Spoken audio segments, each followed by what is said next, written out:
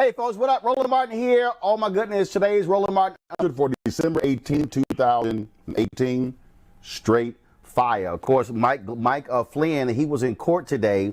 He was supposed to, first of all, he pled guilty, and he was thinking he was going to get a sentence to no jail time. Oh, but this black federal judge in Washington, D.C., he said, nah, player. Folks, I got Monique Presley and Yodita Welday breaking it down. What happened in the courtroom today? You don't want to miss our conversation. Also, the NAACP today kicked off their hashtag log off Facebook initiative. I'll talk to you hear from NAACP CEO Derek Johnson. Also, you remember the sister at American University who became a university student body president, and then they attacked her. She's an AKA. They attacked her with hung banana peels and things along those lines. Well, the Lawyers Committee for Civil Rights Under Law, they've gotten a settlement in that case, and the white supremacists is going to have to publicly apologize to her, call out other white supremacists. I'll talk with Christian Clark, who, of course, leads the Lawyers Committee for Civil Rights Under Law. And, yo, what's up with St. Louis? Why y'all scared of black people in power? New DA Wesley Bell will get sworn in next month. Now the prosecutors, guess what? They want to join the police union. Tashara Jones, who is city treasurer, she is going to break down for us how racism, how white folks in St. Louis, for some reason, don't want to see black people in charge. Okay, folks, we've got a fabulous show for you today. You don't want to miss it. Special edition. I'm supposed to be off, but too much news is happening. It's time to bring the funk on Roland Martin Unfiltered. He's got it. Whatever the biz, he's on it. Whatever it is, he's got the scoop, the fact, the find. And when it breaks, he's right on time and it's rolling. Best believe he's knowing. Putting it down from sports to news to politics. With entertainment just for kicks, he's rolling. It's on go. It's Roland Martin, yeah. Rolling with Roland now. He's funk, he's fresh, he's real, the best, you know he's Roland Martin now.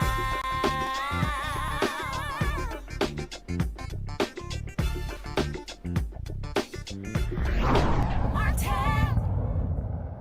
All right, folks, glad to have you on Roland Martin Unfiltered. It was a busy day in Washington, D.C. as former Trump National Security Advisor Mike Flynn went before a federal judge pleading guilty to lying to the FBI.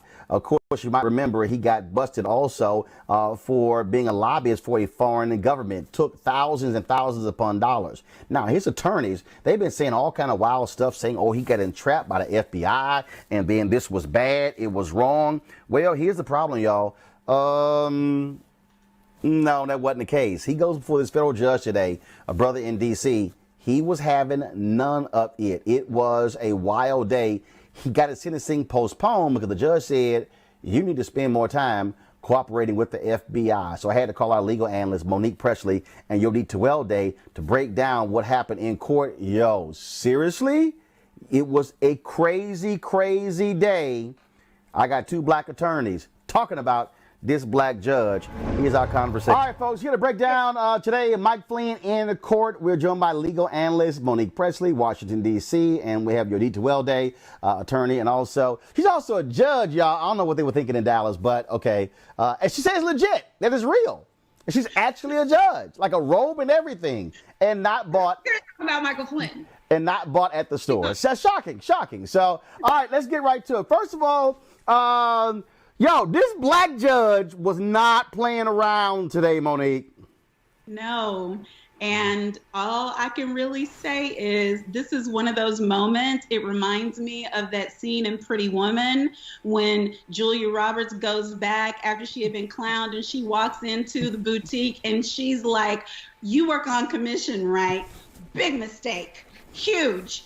I don't understand what Flynn's lawyers were thinking about when they were in front of the Honorable Emmett G. Sullivan, and they thought that there was going to be some sort of skate, and just because everybody else agreed, when they did that clown memo where they're like, oh, but it really was a conspiracy and blah, blah, blah. Listen, this is the same Judge Sullivan who was over the Ted Stevens trial. This is the same Judge Sullivan who a few months ago turned a plane around in midair He does not suffer fools. I have appeared in front of Judge Sullivan for 2 years in a hotly contested case. He called 4 members of my office to testify while the case was going on. He doesn't play with the government. He does not play with the Justice Department. He doesn't play with, I'm surprised he didn't try to add the treason count himself. I could see him. I could almost see his hair just kind of standing up on its head. I didn't even have to be in court. I know what happened.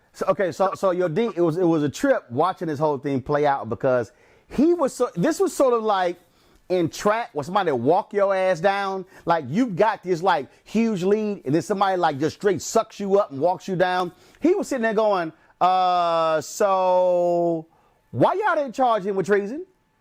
And then he was like, you were national security advisor. And he was just, okay, so let's talk about entrapment. Everything that his attorneys were saying, he got entrapped by the FBI. He basically forced him to admit, no, they didn't entrap me. No, I'm not here against my will. He was walking him down step by step, yo, D. Okay, so here's the infuriating part. When you enter into a plea deal, what you're doing is taking accountability.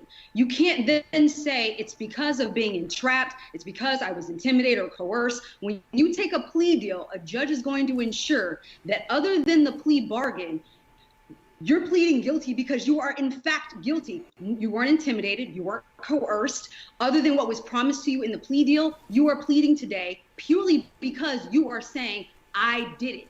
And to say anything else would force a judge to say, well, then you have to withdraw your plea and set it for trial, because what you're saying is, judge, it's because of this, that, and the other. And so you're essentially saying, I'm not guilty. Set it for trial. Number 2, why are people shocked by this judge? 1, I think the judges, or the lawyers, like Monique said, they dropped the ball. When you go before a judge, you should already kind of know what this judge is about. You prepare for what the judge's temperament is. Number 2, the judge has the ultimate say, even if you have a plea bargain. They have the ultimate say. So what you should prepare for is for it to go either way. So I'm not sure why people are shocked. Maybe the things he was saying, cool. He was saying that Michael Flynn was basically a POS because of what he did. That's fact. I'm not surprised that he said it. It is fact. So for him to admonish him and tell him that he was wrong is quite normal. Now, him adding the whole treason part might have been inflammatory, but I don't see anything shocking by what the judge did. So here, Monique, here's what I love. I can sort of visualize in the courtroom when the judge was sort of leaning. But okay. I'm gonna now visualize Roland's courtroom, and so this is I'm the judge, and you leaning back, you going. So y'all thought y'all were gonna mosey y'all ass up in here, and you thought since the prosecution recommended no jail time for you, that I was going to go ahead and go along with that bullshit. Okay. All right. And so he walked him down and he basically said to him, Monique, you sure you finished cooperating with the federal authorities? He basically was saying to him, I would advise you to spill everything you really know, because I'm going to send your ass to jail. So unless they come back to me that you spilled a whole lot more, guess what? I'm going to send you to jail right now. And that's why he asked him, do you want me to, suspend the sentencing so you can finish cooperating with the feds? That's just the sense that I got, Monique. It wasn't a sense. He didn't basically do it. He did it. He asked him 3 separate times. First, it's my understanding, he asked him multiple times, are you sure that you want to enter this plea? And that's basically, as long as they've been discussing this, Flynn had already allocated a lot of things that already happened where all of this should have been pro forma. But again, because, and I hate blaming lawyers, but because these high post lawyers, it's hubris, it's arrogance. Government attorneys in front of Judge Sullivan never would have done something like that, because they know whatever it is you think you're coming in here to do, you're in my room now. And whatever it is I decide to do is what goes. And so he asked 3 different times, maybe you want to delay this. Maybe you're not finished cooperating. Maybe. And by the 3rd time, apparently the lawyers got the hint, asked for a break, went to revamp, came up with that very nice letter. But see, why would they have done what they did? And see, here's the thing. It's not just that they sent in that hellish memo. It's that they forced Mueller's hand because then they had to check him and push back. Like, now, wait a minute. Yeah, he cooperated, but nobody was coerced. He knew he was lying. And again, Sullivan, former prosecutor, former Superior Court DC judge, former Court of Appeals judge, now federal judge, please. He takes this very, very seriously, and they got in front of the wrong black man today. That's and your D, final one on this. Again, I think the way the conversation went, his lawyer was like, say, Mike, everything we told you before, don't none of that count. So whatever you holding back, player, I'm going to need you to reveal everything to the feds, because this man going to send your ass to prison. You and your 3 stars. He going to send you to jail. I'm just letting you know. I mean, it was amazing reading the tweets of the people who were in us, the people who were, of course, in social media, as I was reading the tweets, and it was just like going one by one. And I was going, woo, dog, you are in some serious trouble. They had to recalibrate quickly. But what happens if he doesn't have anything left, Yodi? Oh, he got something left. What happens if he's empty? Because they've said he fully cooperated. Yodi, go ahead. Add more. He needs to come back into his memory and pull something. I'm not saying make anything up. Right. But his pre-sentencing investigation report has to look different from today's and in March. So I'm still confused as to why his sentencing was scheduled before he fully cooperated. I don't care how many meetings he's had with Mueller. There's still so much to tell. And I do believe that he felt like, I'm going to get my plea today. I'm going to walk out of here and I'm done. And I don't have to really cooperate with the government. Yo, D and Monique, I'm telling y'all, he didn't fully cooperate. To me, that was their way of saying, you know, you got some more stuff to say. Who? The judge? No, the government was fully satisfied. They were going in there and saying we're not recommending jail. No. The judge wasn't. Whatever was redacted, whatever he saw, he wasn't fully satisfied. He said you have 3 more months to make some stuff happen, because I'm telling you right now, if you want to be sentenced today, you're going to be claimed. That's my point. That's my point. And my point is, he's going to go back and be like, okay, yeah, you know, there's some stuff in the deep recesses that he really didn't want to reveal. He's going to have to turn over some stuff to satisfy his judge. And I think a lot of people felt like the judge might have done him a favor. I think the judge also did the government a favor, too, because he's saying, you have more. They need more. So both sides, essentially, he's free to walk home and go home and sleep in his bed tonight. And the prosecution, they're just going to have to wait and see whatever he comes up with. Some people may argue that he may be pressured to make something else up. I don't know. You know, the president's calling Cohen a rat when he's, you know, not said a thing about Flynn. And Flynn is actually admitted to lying under oath to FBI. So I don't know what he would call him, but it's going to be funny to see how Trump is going to characterize him in the next several months if he comes up with more things. And now Trump is going to say, oh, well, he's a rat too. So, you know, he's just trying to get out of, you know, going to prison. But it's just going to be interesting to see what this judge does in March. Well, Monique, I got to say, considering the fact that Trump has appointed basically 90% white male judges to the federal bench, it's just got to be something that this black judge is whooping that behind. Power to the people.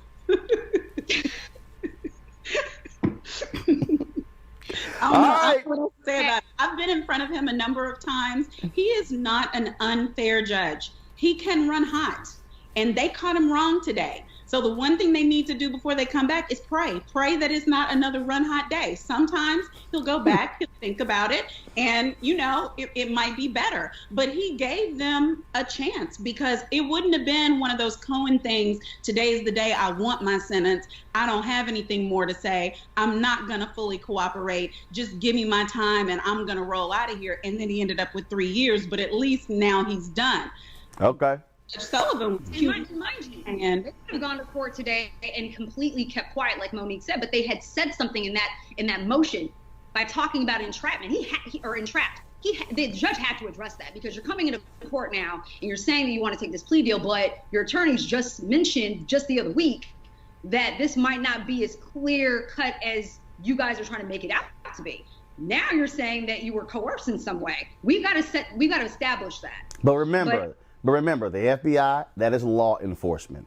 And there's nothing, and look, if you're a federal judge, there's nothing to me more offensive to you. And he basically said it. He not basically said it.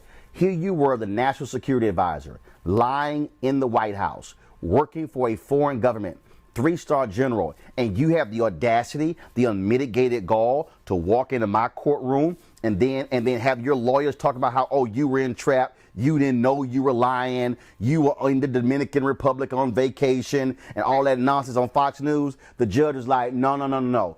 I'm gonna make you stand right here and come out your mouth that everything your lawyer said up until now was a damn lie. And Flynn had to, yep, okay, not entrapment. I knew I was lying. He didn't want to withdraw that plea. He said yes. He knew he lied. Yes. Period. So everybody on Where's the lie? So everybody on Fox News, y'all got to come up with some new stuff, because everything y'all been saying for the past week, Flynn just wiped out in court. They're saying that he was trapped now. This very second.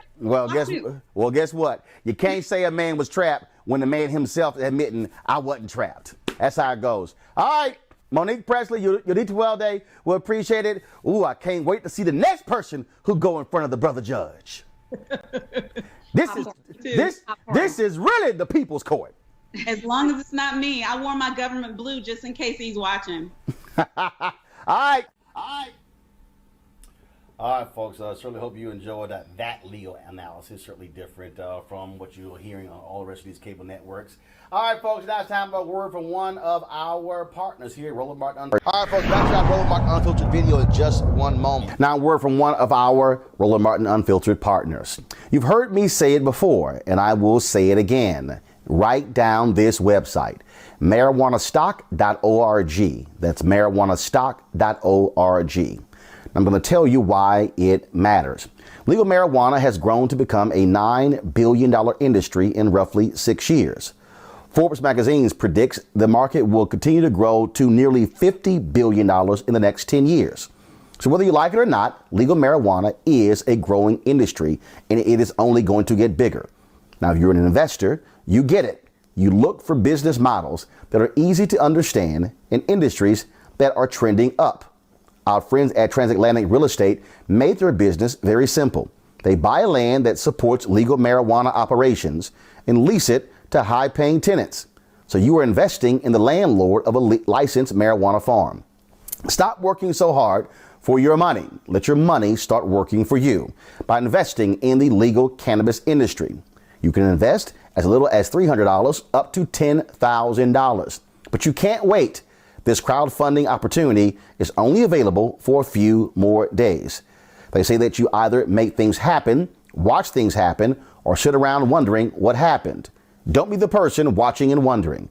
Don't let another investment boom get away from you. It's time to make something happen for you, your finances, and your family. And don't forget my pro tip. To be included, you must complete and confirm your application.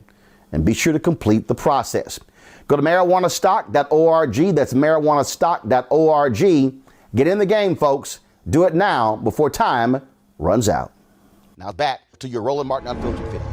It was a little troublesome at the White House, of course. Sarah Huckabee got asked lots of questions. And so this was the drama today at the presidential briefing. I thought y'all probably want to take a look. John, is there a reaction to the delay in the Flynn sentencing and the rather unusual inquiry from Judge Sullivan this morning asking prosecutors if Flynn possibly committed treason? The delay is something between General Flynn and the courts, and that's something for them to determine what that timeline looks like. In the meantime, we wish General Flynn well, and we'll continue to focus on doing what we do here every single day.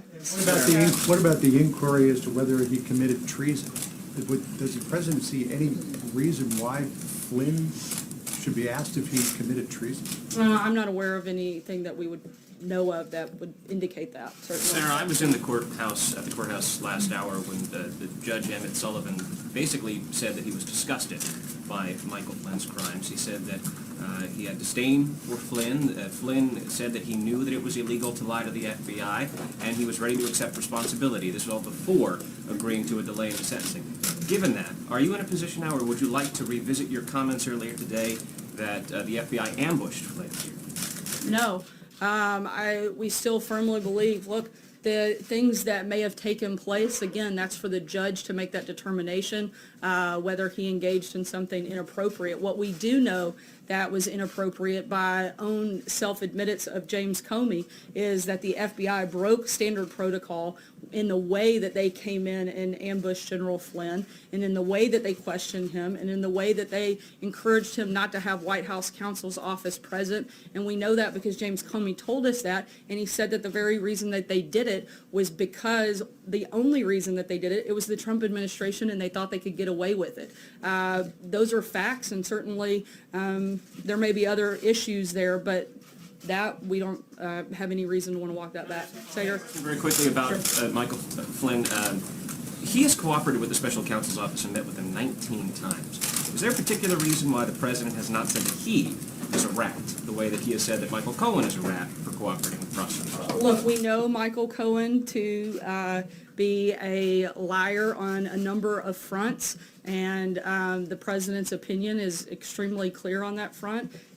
I don't see any reason to go beyond that comment at this point. And Josh, go ahead. Michael Flynn today tweeted that he did lie to the FBI and to them repeatedly, and that he was working for foreign government during the campaign. Does that concern the president? I mean, he seems to be concerned that Michael Cohen is a liar. Does he concern that one of his top aides lied to the FBI and was working for a foreign government? Not when it comes to things that have anything to do with the president. The activities that he has said to, and again, we'll let the court make that determination, to have engaged in don't have anything to do with the president. Let's remember what the whole thing that this started is supposed to be about. And it's whether or not Russia influenced the election and whether or not the president had anything to do with it. We know that Russia tried to create chaos within the election, but certainly not that they actually impacted it. The only reason that the president is the president is because he was a better candidate and beat Hillary Clinton. We also know that the president never colluded with Russia. So that's the whole reason that we have this, and we know those things to be false. Is the president concerned that Michael Flynn lied to a representative of his own government and was working for another government during the campaign? Is that concern him or not? Look, there's certainly concern, but that's something for the court to make that determination, and we'll let them do that. Positive comments about him when he's pleaded to this. Again, we're going to let the court play that out, and they'll make a determination on whether or not he engaged in something right or Why is the wrong. president making positive comments about him, given these things that he's pled guilty to? It's perfectly acceptable for the president to make a positive comment about somebody while we wait to see what the court's determination is. Francesca, go ahead. All right, thank you, Sarah. I just want to clarify one thing and then move back on to the border wall.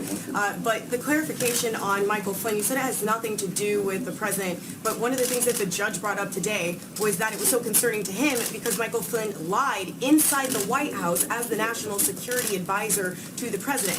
So is the White House disputing at this point that Michael Flynn is a liar? Because that's also the reason that he was fired. He was fired for lying. We're disputing that any actions he engaged in had nothing to do with the president. That just because maybe he did do those things, but that doesn't have anything to do with the president directly. You've been saying a lot that things don't have anything to do with the president, and he's just giving his opinion, and he has a right to give his opinion. But does he not have a broader right, responsibility as far as, if his national security advisor is lying, should he not be speaking on behalf of the American people, not just himself, President Trump, man under investigation, but, in all these aspects? You're talking about saying that he is just speaking for himself and he's not been linked to collusion is the claim, and therefore, it doesn't matter what he says. And the same thing with the Fed, that his comments on the Fed have no bearing. He's just giving his opinion. What about him speaking to the American people? I said he's the president of the United States, and he should not only does he have the ability to give his opinion, he should give his opinion. That's why the people elected him, is because they trusted him to make decisions on policy matters. They want to know what his positions are on specific policies. He absolutely should state his opinion on not just that, but on every topic that comes up that he wants to engage on. But a lot of people who are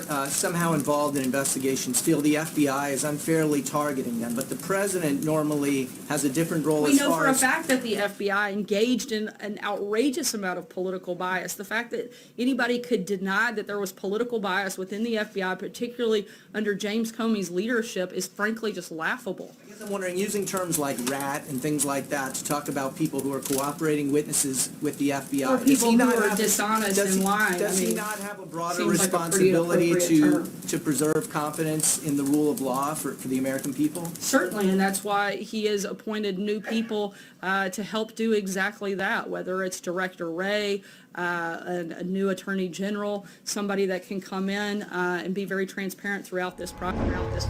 Let's go to NAACP. They launched today their hashtag log off Facebook. And this initiative, of course, is in response to Facebook privacy issues and them also attacking Color of Change, another civil rights organization. And Derek Johnson, the CEO of the NAACP, I had a conversation with him where he talked about exactly why they're launching this, asking everyone to log off of Facebook and Instagram. Facebook also at Roland Martin Unfiltered. We're not live streaming or tweeting or posting anything on Facebook or Instagram in alliance, in lockstep with the NAACP. So here's that. All right, so Derek, first off, when did you decide to do the hashtag log off Facebook?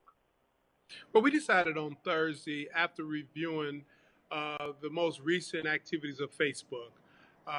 And when you think about all of the things over this past year and their lack of timely responsiveness, we felt it was time to take action.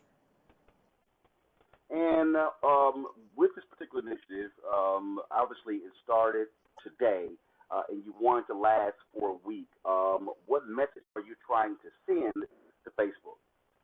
Well, African Americans must be respected. When corporate behavior rise to the level where they are hiring outside firms to do opposition research on partner organizations, when they allow their tool to be used by a foreign nation to pretty much subvert democracy by suppressing black vote, we must speak out forcefully, say that is not acceptable. And obviously, look, when I put the message out saying that we also were not going to be streaming our show, there were people who said, man, I hadn't even heard about this. And so in terms of response, what are you also hoping folks do with the response? Because, you know, logging off, not using Instagram or Facebook is one thing, but what are you hoping to achieve? Well, the corporate response is important. The level of urgency for Facebook to remedy the harm they created in 2016 as a result of the ads that was placed on their system, the fact that they will hire a outside conservative firm to do opposition research, they need to act swiftly to change their corporate culture. In fact, today there was released a civil rights audit report. When I spoke with Facebook, you know, I talked about the importance of that audit report to be raised at a C-suite level. It should be buried 3 levels down in the organization. The recommendations need to be adhered to, and their whole corporate focus as it relates to African American communities and civil rights must change. And when you talk about that particular report, when you and not just that report, but also the impact on the 2016 election, we also now know from the Senate Intelligence Committee report how Russians targeted African Americans utilizing Instagram, utilizing Facebook, and the company's been highly criticized for not doing enough to stop it, even when they knew it was going on. But it's time for Facebook not only to take corrective action, so this action will not continue, but they also must repair the harm that they created. They need to promote more diversity within their C-suite, their board, so you have individuals from the African American community in decision-making positions so these type of bad acts won't repeat itself. They also need to partner with groups around content to ensure they're promoting positive messages around democracy, inclusive electoral politics, and to drive a message that African Americans should fully engage in the civic engagement space. Well, and that content issue is something that's important because, first of all, obviously 2020 election is going to be happening, and this also boils down to voices that African Americans can trust when it comes to delivering news. And you know, I've talked to them. And the fact of the matter is, they funded these various news shows. Non-black media, only a couple of them even have an African American co-host. And so you have these platforms. So to me, what I keep saying is the way you counter fake news is actually emphasizing real, credible news. Now that you don't emphasize it, you sponsor, you underwrite it, you ensure that the platform is available and the voices necessary to deliver critical messages to our communities are properly positioned so they can remedy the harm that was created. You know, Roland, we're looking at Facebook as a platform has a monopoly. And now it's time for that monopoly to be a good corporate citizen with a community that over-index usage on their platform. And because they created a harm, the remedy is to create space and support positive content that promote African Americans to be civically engaged, not only during an election time, but all of the opportunities leading up to the election. And so, last question for you. This hashtag log off Facebook will last for a week. Then what happens after December 25th? Well, you know, part of what we wanted to do is raise the level of this conversation so we can create a new sense of urgency within Facebook to fix the problem. And I think we've done that. Just the announcement of the hashtag log off, you're promoting it, but then the Senate report coming out on the heels of us calling for that has now created a new dialogue and urgency for Facebook to correct the wrongs they've created. All right, Derek Johnson, we appreciate it. Thanks a lot. Thank you. Take care. All right, folks, that was Derek Johnson, NAACP CEO. Another big story. Remember the story of American University student? She was a sister. She was elected student government president, and then she was targeted because of her race with the Lawyers Committee. They took up her case, and they actually achieved a landmark settlement using a very interesting legal strategy. Earlier today, I talked to Kristen Clark. Of course, she's the CEO, Lawyers Committee for Civil Rights Under Law. And here is our conversation about that legal victory they achieved. All right, so Kristen, so tell us about this settlement, this American University case. We all remember when this story happened, but for folks who don't know, just give us the backdrop. So Taylor Dumpson is an amazing young African-American woman. She was elected as the first Black woman president at American University. And the moment after she won that election, the Daily Stormer and a number of white supremacists and neo-Nazis unleashed a horrendous campaign of racist trolling against her. They hung bananas on campus that said, AKA free. Which was a reference to the sorority that she belonged to. They called her gorilla. They used racist language at every turn that made her experience at college a horrendous one. She suffered. She had a hard time concentrating, a hard time eating. She suffered from depression, and this impacted her ability to be a young, thriving student and a student leader on campus. We decided to take Taylor's fight up, and what we did was we used a unique strategy. The Washington, D.C. laws here were very helpful. There's a public accommodations law that says that you've got the right to enjoy equal access to public accommodations in D.C., whether you're talking about restaurants, hotels, or college campuses like American University.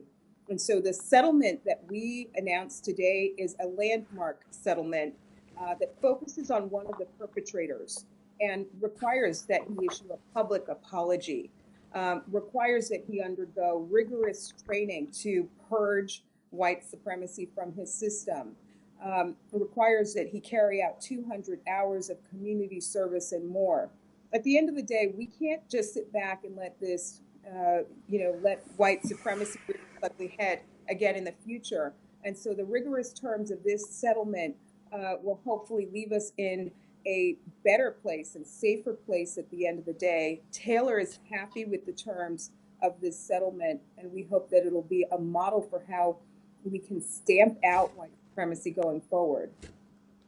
And when you talk about stamping that out, first of all, we've seen other legal victories against these hate groups in the Southern Poverty Law Center. Of course, historically, they've gone after these groups as well.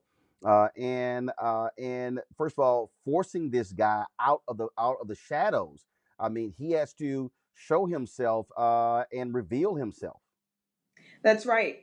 He's going to issue a public apology, which is something that Taylor has been waiting for. She's now moved on to law school, and we're looking forward to seeing her on the front lines of the fight one day. But I can't tell you how much she suffered at the hands of these racist trolls who made every day of her experience in college a difficult one. And it really speaks to the fact that the racism and white supremacy that we saw a century ago in this country is still alive and well today in 2018.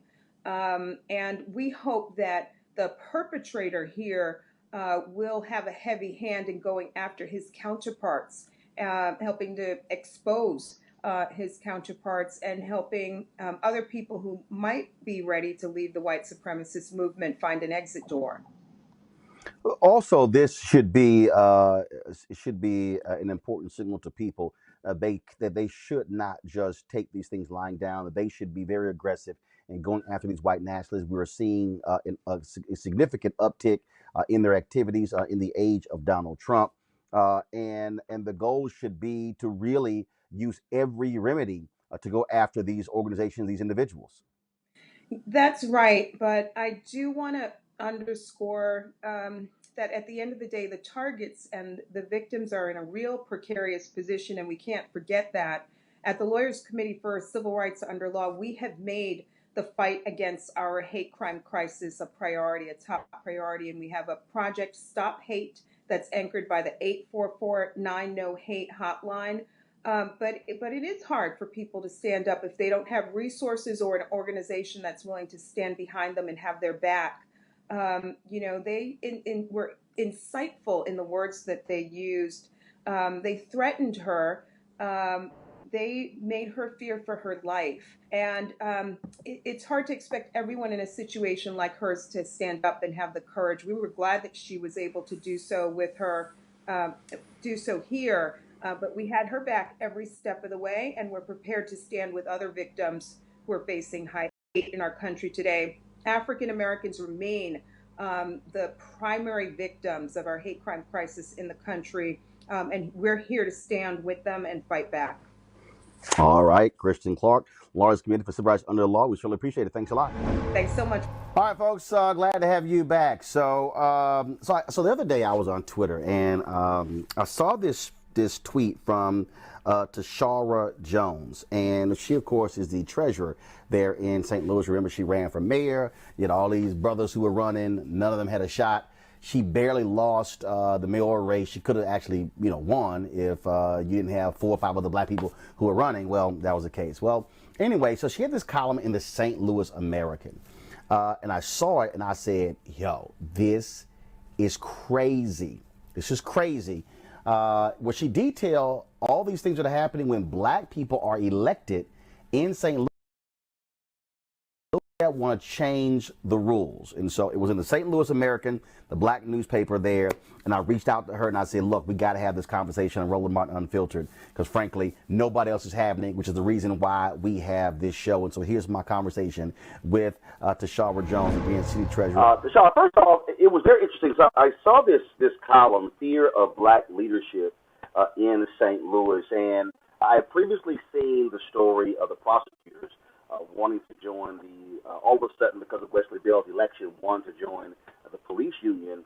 But man, when I saw these other things that you cited in here, in terms of the city circuit court attorney, the sheriff, I mean, it's as if there's massive white fear in St. Louis of black leadership. Right. All of those things happened within the last year to 18 months. These are not recent. I mean, these are not things that have happened over several years. All of this is recent, when the power has changed hands, either, from a black male to a female, or a white elected official to a black elected official. And was interesting with this Wesley Bell situation. And so you're trying to tell me, so Bob McCullough was the DA for all of these years, and these prosecutors had no issue working underneath him, but all of a sudden the black guy becomes a DA, and not only are they saying let's join the union, but they want to join the police union. Were there other unions they could join? Yes, there are several other unions here that represent public employees. AFSCME, SEIU, the Carpenters Union even represents public employees in St. Louis. So they could have chosen any other union, but they chose the police union. And so, do you believe that this is very clearly, a reaction to a black man, Wesley Bell, becoming the district attorney? Clearly, it's a reaction to that. I mean, I don't see any other way to look at this but through the lens of racial equity and racism. And so, when as I look at some of the other items that you laid out here, like for instance, I thought it was really interesting. This Vernon Betts situation. He becomes the sheriff, and so the previous sheriff got to make patronage hires, and then all of a sudden Betts becomes the sheriff, and then he has to get approval from circuit judges? Yes, exactly. That's exactly what happened. He couldn't even hire a chief of staff when he started without approval from the circuit judges, who had no problems with the previous white sheriff who had been there for 30 plus years and who he hired. But now all of a sudden it's a problem when Vernon's elected. And so what are you saying to black folks in St. Louis in terms of how to deal with this? Because look, you ran for mayor, and then you barely lost that particular race. You even cite an example where some gadfly got no attention whatsoever. Then all of a sudden, the white power structure wants to listen to that person.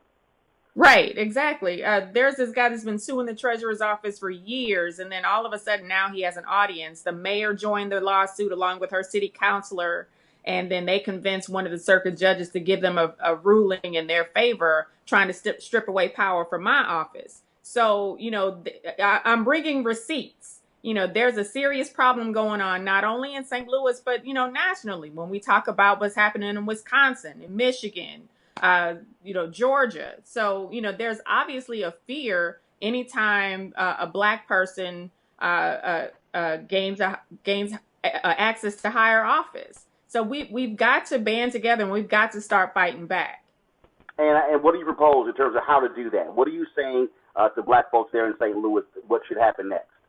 Well, I mean, just like with the circuit attorney's issue, she had to go all the way to the Missouri Supreme Court in order for them to tell the circuit judges that she doesn't report to them, that she's an independently elected official. She is an attorney, and they don't, and they have to respect that.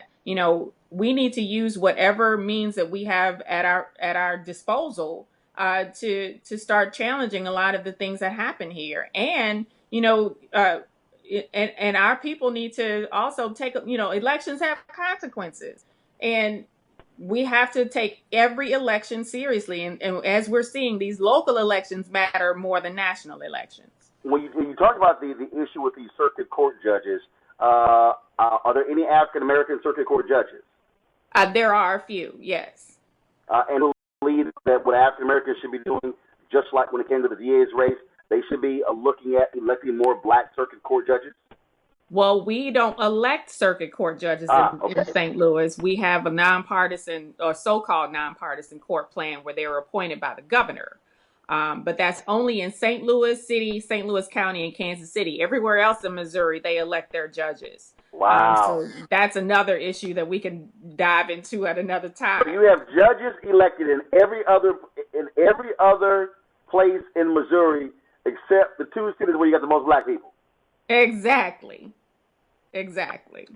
Well, look, it certainly was eye-opening to all the people who are out there. Again, if you go to the St. Louis American, the column is called "Fear of Black Leadership in St. Louis" by Tashara Jones, written, of course, for that. She, of course, is the city treasurer for the city of St. Louis and former assistant minority leader for Missouri House of Representatives.